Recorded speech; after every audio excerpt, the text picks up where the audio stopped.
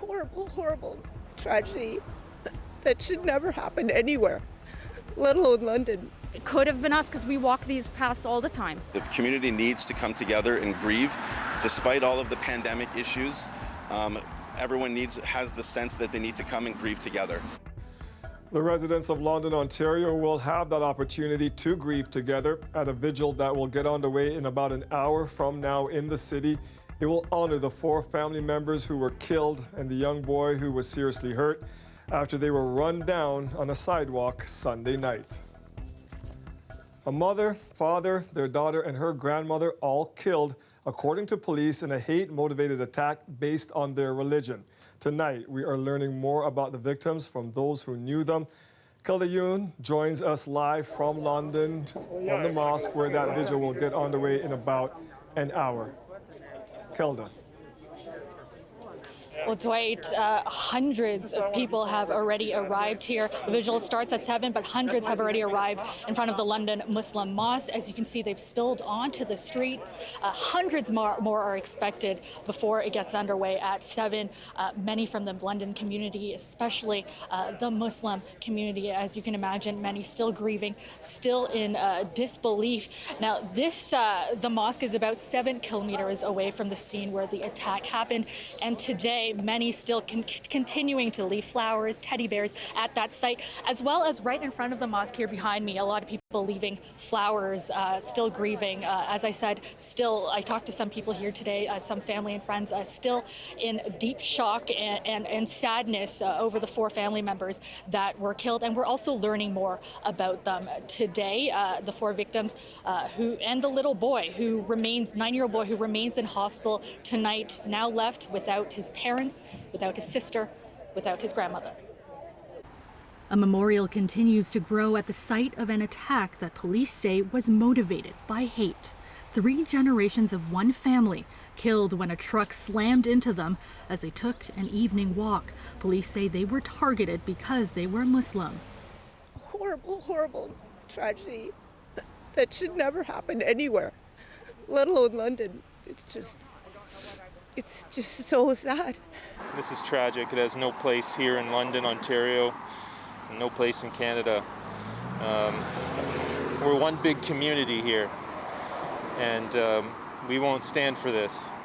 Today, we're learning more about the victims. 46-year-old Salman Afzal, his wife Madiha, their 15-year-old daughter Yumna, and Salman's 74-year-old mother Talat. Friends and family say they were deeply involved in the community and committed to their faith. The family's a very integral part. They're very active members of our community. Both the father and mother are very well known. They attend prayers and services here at the London Muslim Mosque regularly. The children were students at our London Islamic School. The one daughter who passed, she graduated from our school last year, and she was in high school in grade 9. And the younger son is still a student at our school, and we pray for his recovery. 9-year-old Fayez, the sole survivor, remains in hospital in serious condition. I just really hope that he's going to be looked after, that he makes a full recovery, and that something good comes from all of this for him, because he didn't deserve to have his whole family ripped away from him. Kosar Mackey spoke to the family right before the attack. Yeah. So we were in the car, and my husband just rolled down the window just to say salam alaikum to him. It's just nice, too, knowing that their last words, or the father's last words, was salam alaikum to somebody, which means it's peace upon you. Police continued their investigation at the apartment of the 20-year-old London man who has been charged with 4 counts of murder and 1 count of attempted murder. In London, a community's determination to not let hate win. We have a choice to make, and the choice is very simple. We can allow these murders to divide and conquer us, or we can come together as we did in 9/11. We can love each other, we can support each other, and we can be there for one another. These are our brothers and sisters. They may share a different faith than us, but they're entitled to their faith.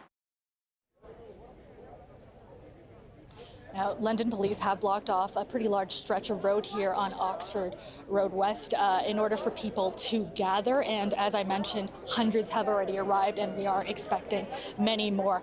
Premier Doug Ford will also be in attendance, as well as the Prime Minister Justin Trudeau. Those seats behind me, as you see here, those are for federal and provincial leaders, and they will be arriving, I'm told, very shortly. And meanwhile, police, they didn't give an update today, but we do know that terrorism charges are still possible.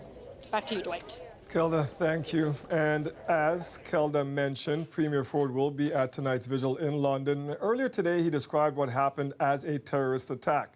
The Premier also said the province would ease pandemic health restrictions to accommodate tonight's ceremony.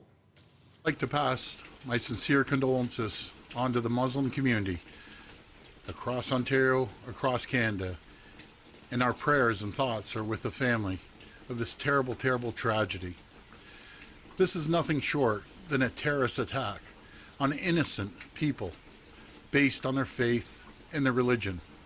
And there's no place for that in Ontario. We're a community that sticks together, and we will be united behind the Muslim community. I have asked the local medical officer of health to have an exemption for a gathering, a vigil tonight, which I'll be attending. We're passing legislation to make sure people can gather and grieve with the family and with members of the Muslim community. The grief and anguish in London's Muslim community is also being felt here in the GTA. Less than a year ago, a Muslim man was murdered outside the front doors of an Etobicoke mosque. Talia Ricci was there today. I was, of course, devastated, heartbroken for the family. Shock. I mean, you're numb. It's surreal. Many people in the Muslim community say it's difficult to put this horrific act into words. But alongside sadness and grief is also a strong sense that for too long, anti-Muslim hate has been normalized. That it takes an overt act of killing against Muslims in order to even begin to have a serious conversation about Islamophobia in this country. I feel really outraged because I do think this is not the first or the second or the third time. This is the nth time that this has happened. The killing of a Muslim family out for a walk triggered many emotions at this Etobicoke mosque, the scene of another hate-motivated attack less than a year ago. Mohammed, he was a good friend of mine.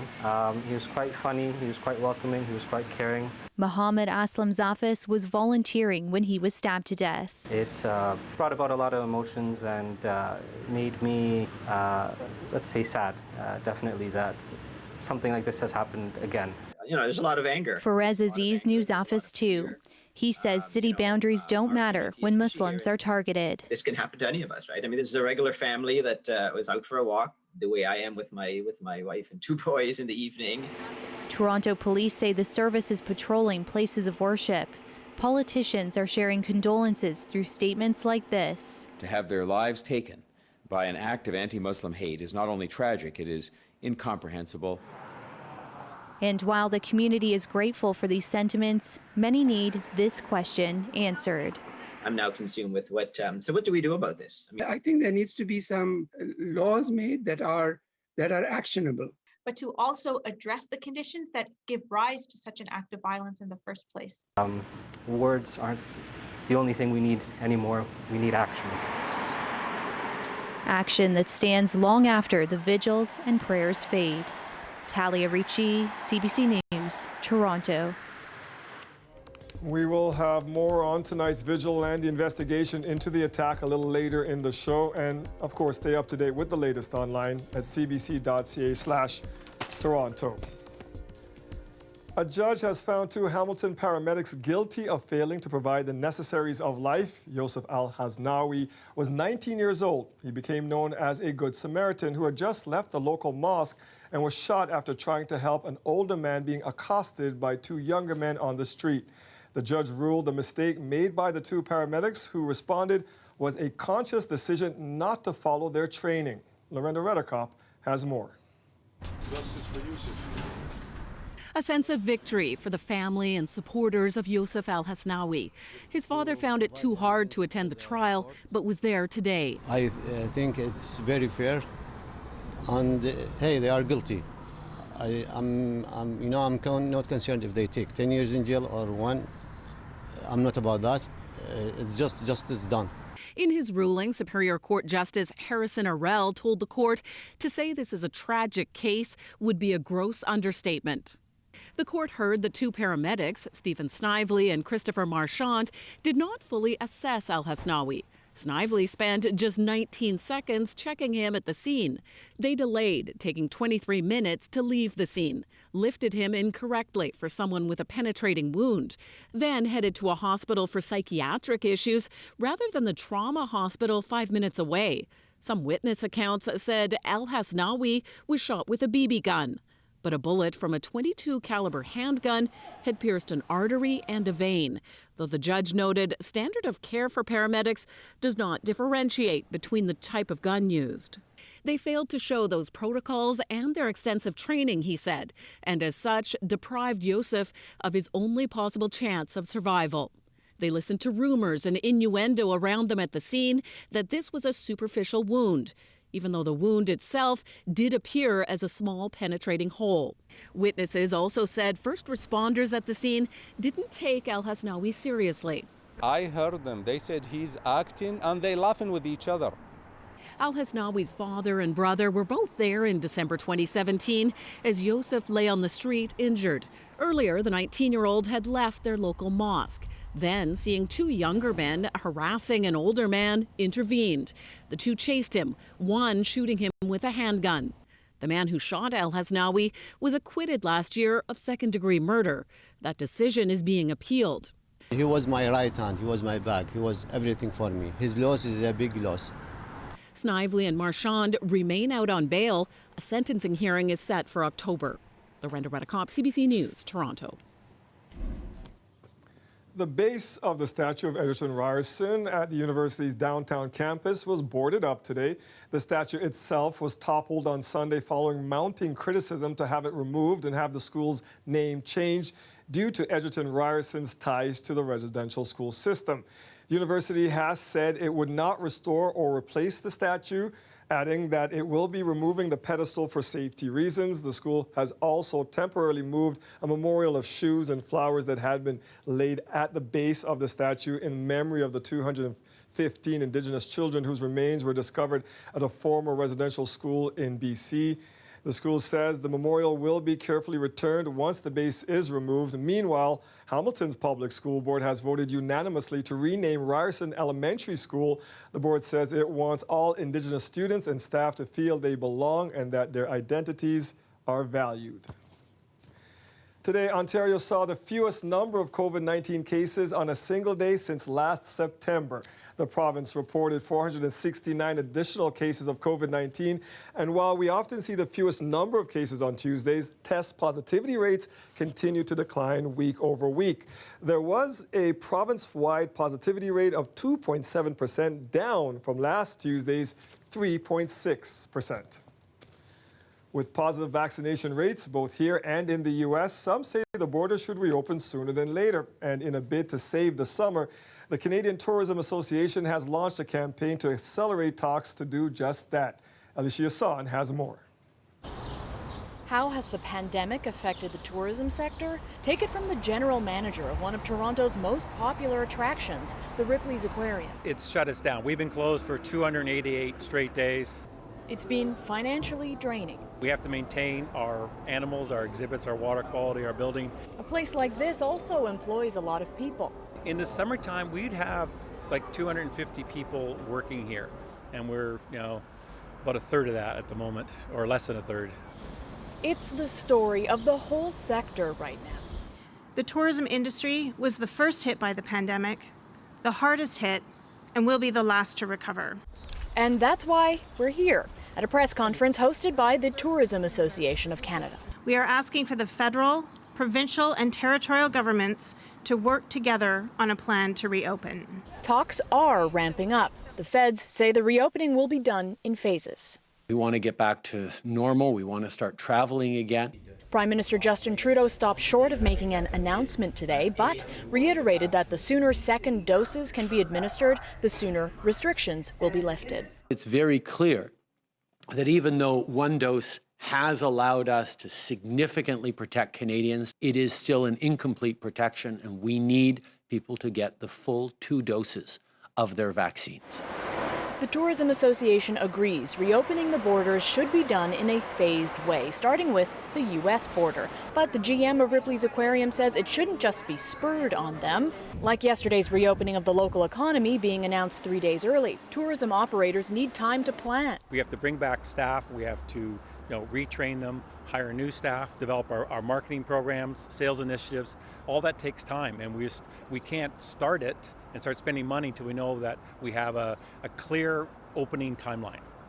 Until then, the province says Ontario expects the federal government will, at minimum, 1, ensure safe international arrivals by fully vaccinated travelers, and 2, implement a quarantine for non-vaccinated travelers that is enforced and effective. Border restrictions are due for renewal June 21st. Ali Chiasson, CBC News, Toronto.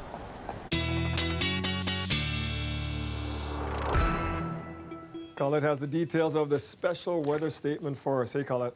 Hi there, Dwight. Yeah, it's been a very active afternoon, and now as we're going into the evening hours too. So the storms we've been seeing, sure, they're isolated, but if you're experiencing one of them, boy, we get into some torrential rain. In fact, in some cases, they've been moving so slowly, these cells, that it's more than 40 millimeters of rain in about an hour period, or even less than that. That can happen. Strong wind gusts. Not only that, seeing frequent lightning strikes, and you can see all those blue strikes. That's lightning here. So it was very active through Hamilton and Burlington and Oakville. A little earlier, we actually had a severe thunderstorm warning. That has been lifted, but still, you've got some areas with some heavier downpours here over towards Norfolk County. Also, I'm watching very carefully because of the vigil this evening in the London area. So some intense cells in this region, but severe thunderstorm warnings here. And you do have to be very careful through these areas, through parts of Huron County and London Middlesex area and towards Sarnia-Lambton. But you'll see that they're staying to the west of London, so it should stay dry there. Give this a little more time. Still dangerous at this point, and you do need to heed those severe thunderstorm warnings very carefully.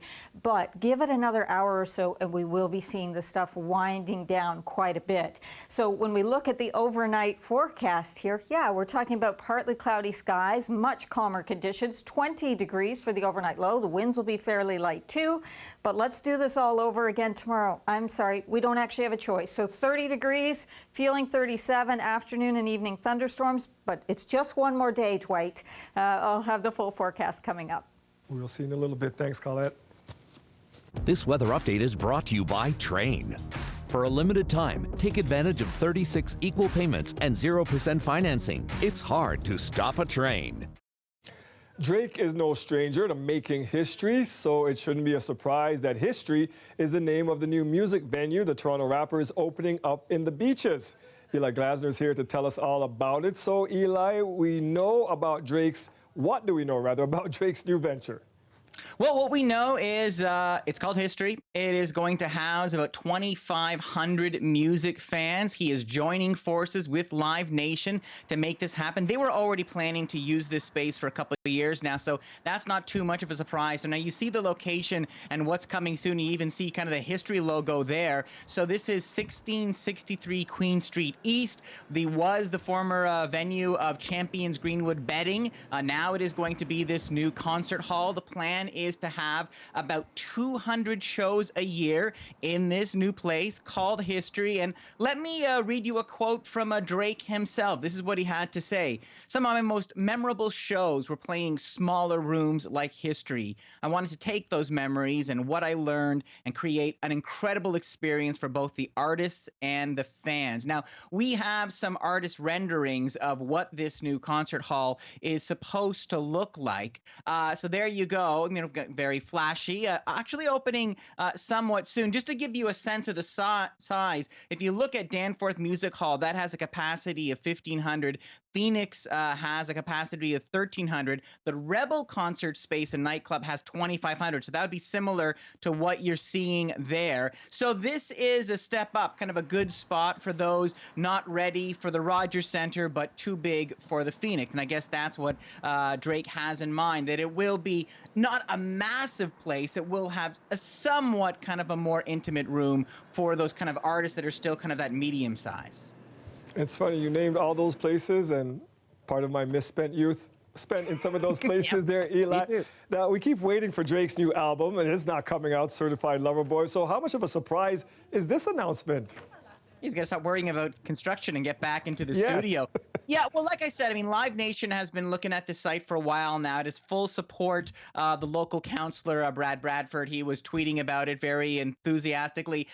I got to give credit to Drake, you know, besides the fact that we're waiting for the album. I mean, this is him putting his money where his mouth is. Again, supporting the Six, supporting his hometown, investing here, started from the bottom and all that. Now, you might say this is a very canny business move, joining forces with Live Nation. There is a lot more money these days in concerts than music sales, and I'm sure Live Nation is very happy to get that kind of Drake magic dust sprinkled over this new concert venue. But what's also interesting, Dwight, is this is a bet on the future. Like, if anything, with the pandemic in Toronto, we've seen music venues closing. The Mod Club, Hughes Room, there was a big panic about the future of Sneaky D's. But this is, I think, a good reminder that there is a part of the music industry that is looking forward, that is looking to some kind of future, some kind of new normal. And if you look at the Biebers, the Billie Eilishes, Weeknd, Genesis, they're all talking about tours. And so Drake is preparing for that new reality. Looks like for history, doors open in October. I think the first act will be Danny Moon, but I want to end by sharing one of my favorites. That is an amazing bassist known as Thundercat, and he will be there in November. And who knows, maybe I'll be there. We'll see. So exciting stuff for Toronto music fans. If you're going to see Thundercat, I'm there with you. Thank you, Eli. There you go, man. When we come back, new details are revealed about the Capitol Hill siege in January.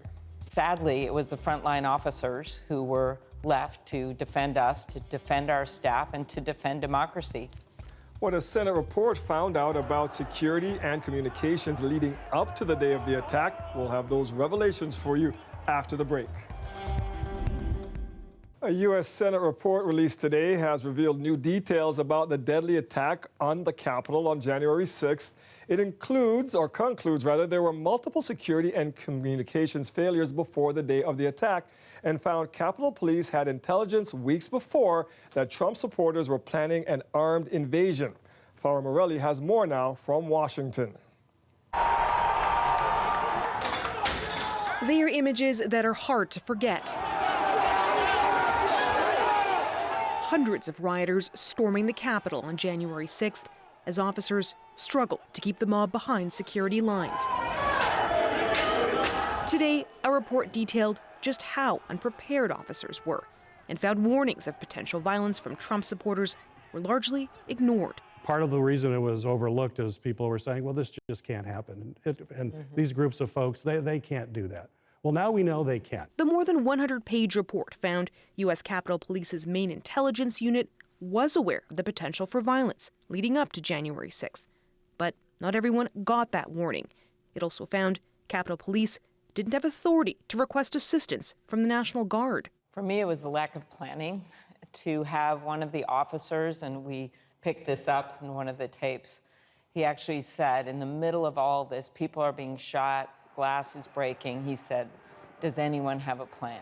And sadly, it was the frontline officers who were left to defend us. I thought I was going to lose my life. In recent days, officers on the front lines have been sharing harrowing stories of just what they were confronted with that day.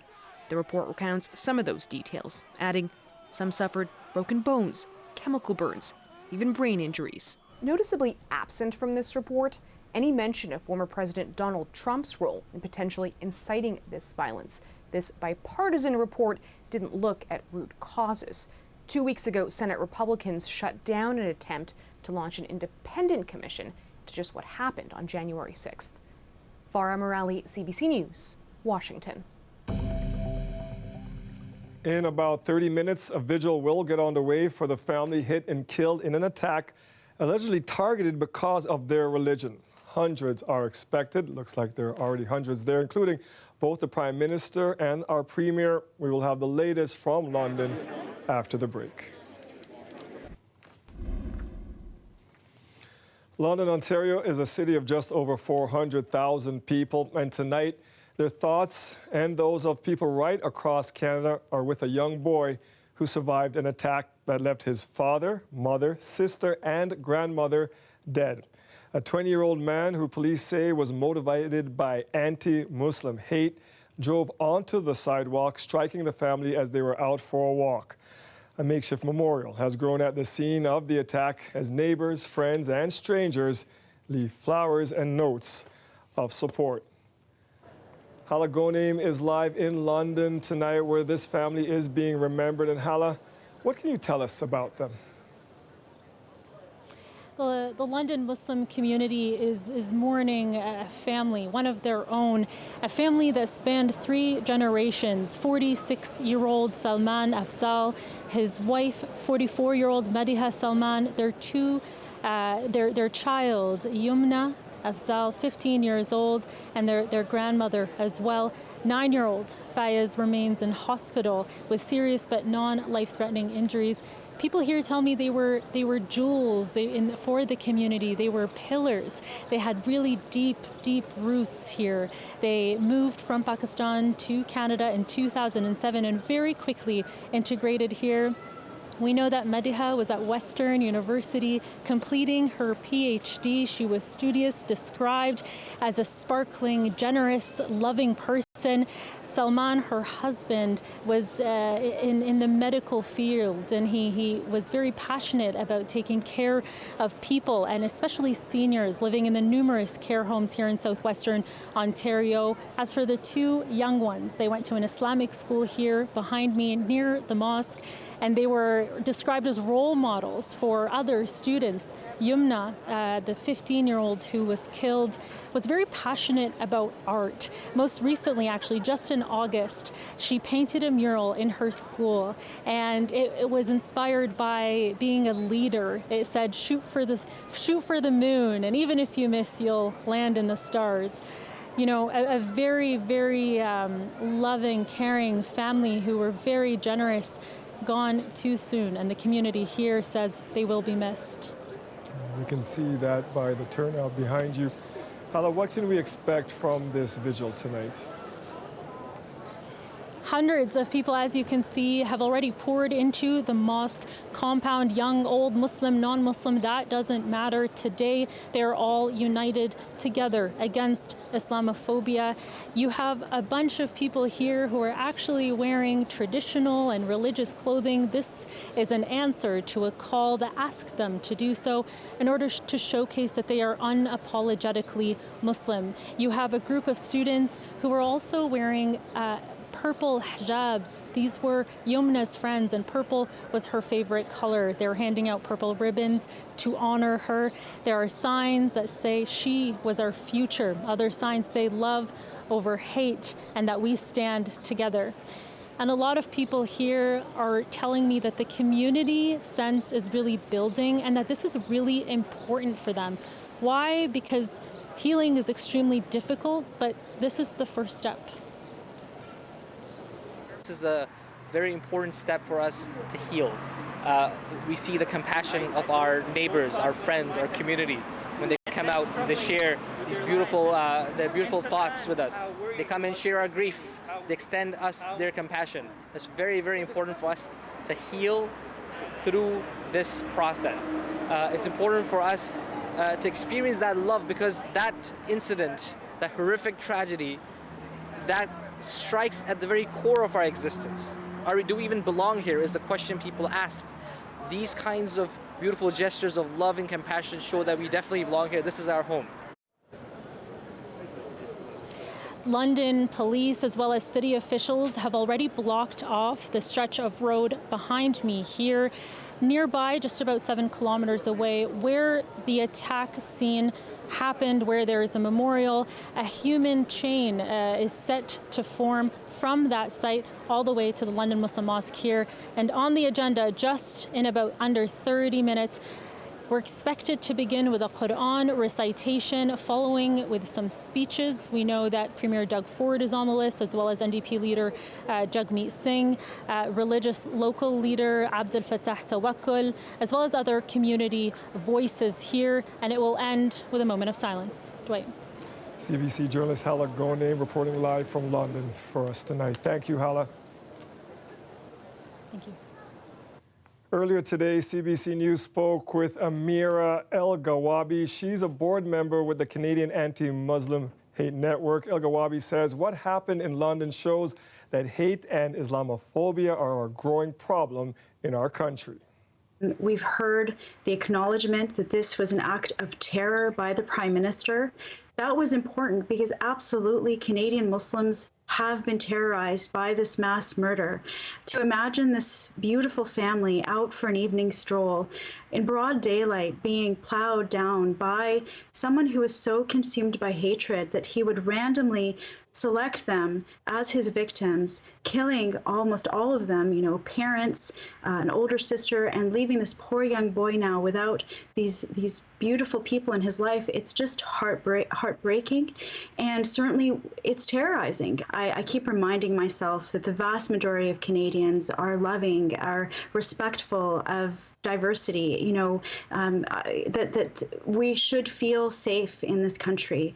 But certainly, you know, to say that I'm not going to look over my shoulder an additional few times when I'm out, if I'm not going to be more fearful when I'm out with my children, because obviously I'm a visible Muslim woman. And does that mean that now not only do I have a target on my back, but do my children as well? It's not what we expect of ourselves here in Canada.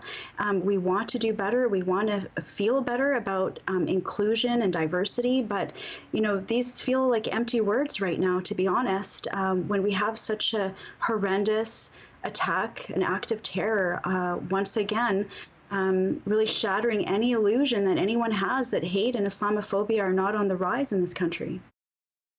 Federal political leaders are calling for more to be done as they express their sorrow for the victims of Sunday's attack. What can be said when yet another family has had their loved ones ripped away, when a child is in hospital, when a community is in mourning?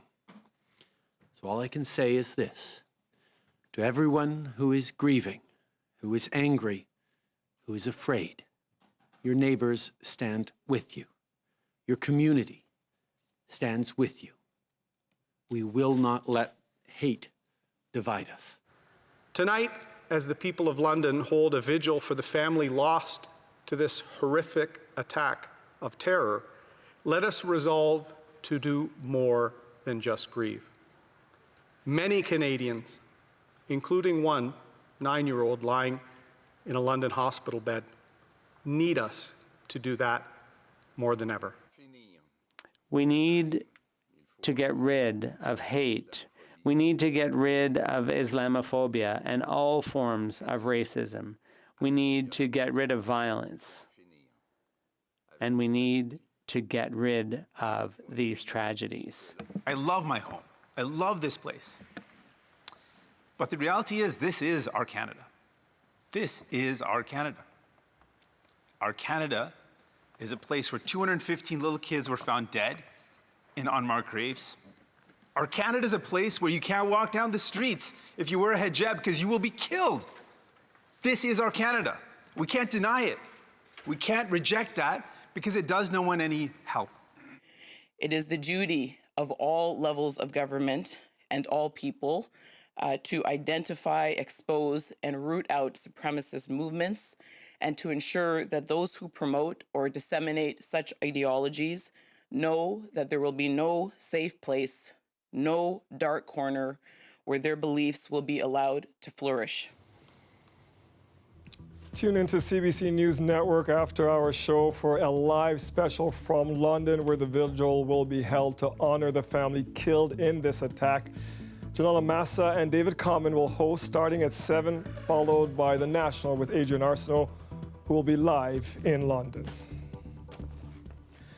It's been just over 3 years since Matthew Stakos was gunned down in Yorkville, but there have been no arrests in his murder. Now his family is offering a reward for information leading to his killer. Jessica Ng with the details. Defenseless, unarmed, and unprovoked, Matthew Stakos was the victim of a cold-blooded murder. Outside the Four Seasons Hotel in Yorkville, David Perry says his personal security firm is looking into the homicide of the 37-year-old. The hotel was a favorite spot of the tech entrepreneur and not far from where he was shot dead on May 28, 2018. Today, his family is offering a $250,000 reward for information leading to the identification, apprehension, and successful prosecution of those responsible for his murder. Police say he was going for a walk near Bay Street and Yorkville Avenue when a slim, 5'10" male approached from behind, shot him, and fled in a silver Mercedes. The shooter was seen, actually visually seen by people at the scene. We have the vehicle. We know there's a second person involved driving the car. A police spokesperson tells CBC News Stakos showed obvious signs of trauma and was pronounced dead at the scene. Sean Sparling, a former deputy police chief and part of the team investigating the murder on behalf of the Stakos family, calls the case very solvable. Our relationships with the shooter, perhaps they've deteriorated since then, and that will cause somebody to come forward and want to speak to us. The late entrepreneur co-founded Torch Mobile, which was acquired by BlackBerry in 2009. He later worked at RIM. In 2015, he became CEO of Lipo, a messaging app from Greece, and was a prominent figure in Toronto's Greek community. For his family, it's still too emotional and very, very difficult for them to talk about just over 3 years later. So we're asking somebody to make that call either to the Toronto Police or to us directly so that we can help get some resolution to this case. Stakos' death occurred during a rash of shootings in Toronto. It was the sixth within 30 hours. Toronto police say it's still an open and active investigation. Jessica Ng, CBC News, Toronto. As we head to break, here's a look at where the markets closed today. The TSX went up by 31 points. The Dow was down by 30 points. The dollar traded lower at 82.67 cents US. We'll be right back.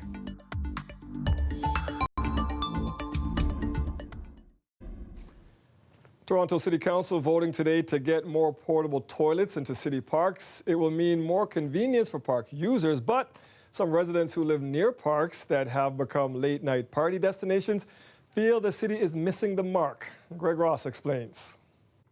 Members of council, we have... On a day, City Council passed a new $2.8 million motion to expand the use of porta potties in city-run parks. Residents near Trinity Bellwoods Park are feeling like elected officials are missing the real problem. Unfortunately, I think the situation in the park right now is not something that's going to be fixed by a few dozen porta potties. They say it's a problem that predates the pandemic and it's getting worse. Oh, Jones, I'm so sorry. This was the reaction one resident got after confronting a man she says had just urinated on her house. No, it's pretty violent and aggressive, the responses, which is really shocking. It's total indignation and, you ask someone to, stop urinating on your property and they swear at you and they give you the finger. More and more people have been gathering at city-run parks in the warmer weather. Many come to drink and party. But even with public washrooms and temporary porta potties at Trinity Bellwoods, many are still relieving themselves on the property of nearby residents. We've reached out to Toronto Police Service as well as local government officials, and unfortunately so far there's been really no effectual response. Which is why residents here are considering pooling funds to hire off-duty police officers or private security to patrol their neighborhood. As a community, we feel helpless, and so we're kind of desperate. I'd like to go in and understand exactly what's being discussed, because I'm not aware of that. City Councillor Joe Cressy hadn't heard about residents hiring security, but he did say the city has beefed up its police presence, and 18 arrests were made over the weekend.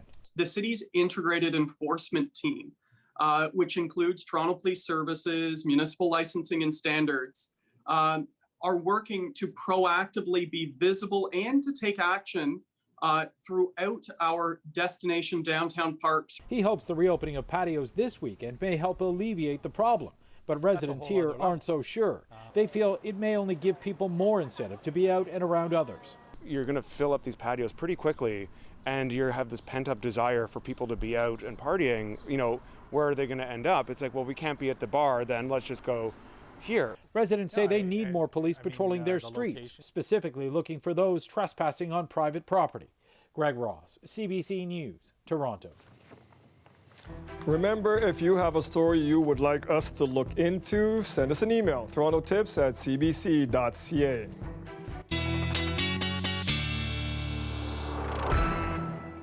A lot going on out there, and Khaled has us covered. Yeah, there is a lot. Lots of active weather. We're likely going to see this as we go into tomorrow as well. So kind of a repeat tomorrow into the late afternoon, evening hours. That's why you see that. And not only is it a repeat performance with thunderstorm activity, but with the heat and also the humidity. So we're still talking about those high humidex values. All of this will change as we go into Thursday. Dry, meaning we're not looking at as much precipitation, yes, but also dry in the sense that the air won't be nearly as muggy or as sticky as we get towards the end of the week. The current temperatures aren't as extreme as we've had for the past 3 days, or that we'll be seeing tomorrow, and some of the rain and storms that have moved through have had an impact here, but also it was just the cloud cover that we had through a good chunk of the day before the sun came out. However, the humidity is still very high, so our humidex is still, even at this point, in the low 30s. Peterborough at 35, and where they're kind of away from some of the storminess, nearly 40 there for the nation's capital. And speaking of storminess, you see all these lightning strikes we have.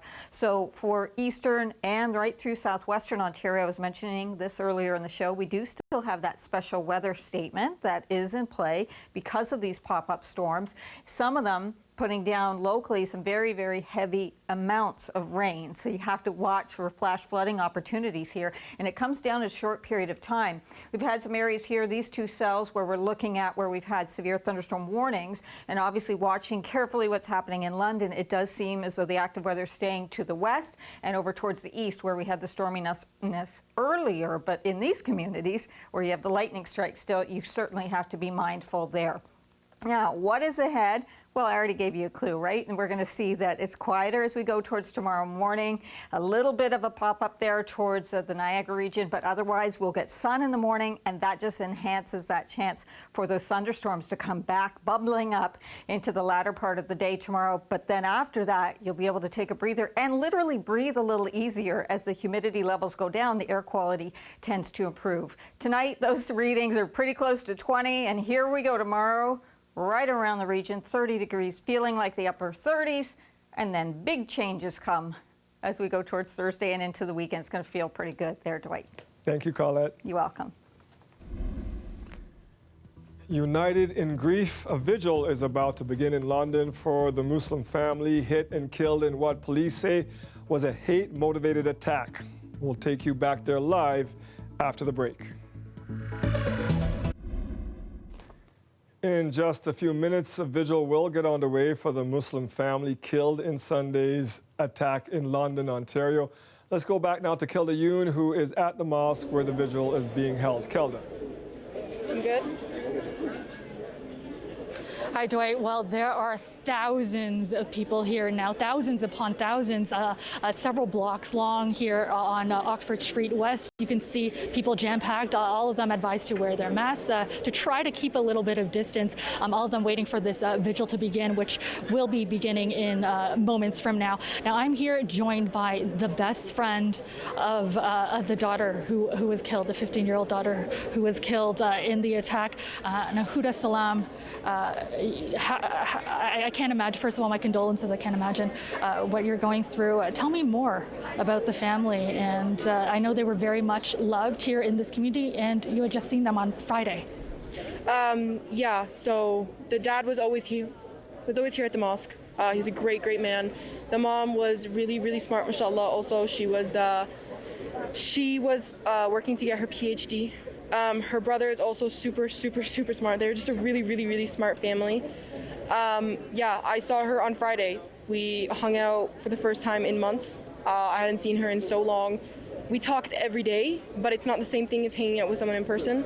I saw her on Friday, and then on Sunday, when the accident happened, I was on my way down Hyde Park to actually go to the Walmart there. And I saw the big accident. The police cars and the ambulances flew by me.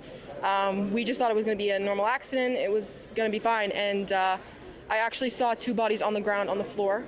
I didn't know at the time that it was my best friend's mom and my best friend laying there on the ground. But after I figured it out, obviously hit me way harder knowing that it was your best friend.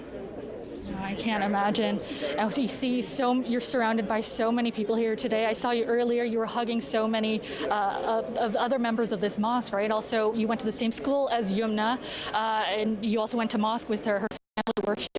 You guys were very close since you were, grade 2. What does it mean for the community to be able to come together and to grieve together? What does it mean?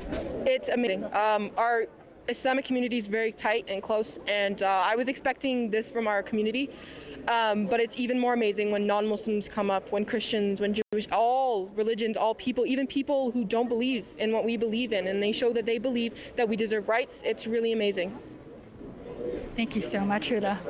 That was Huda Salam, and that she is the best friend of Yumna, who, with her family, her parents and her grandmother were killed in the attack on Sunday. The vigil for them will get underway just moments from now. As I mentioned before, a crowd of thousands have gathered here to pay their respects and to honor them. I'll send it back to you, Dwight. Thank you, Kelda.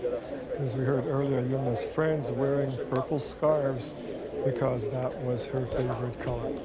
That is our show for tonight. Thank you for joining us. Be sure to tune in to CBC News Network now for a live special from London, Ontario, where the vigil is about to get underway. We will see you back here tomorrow at 6.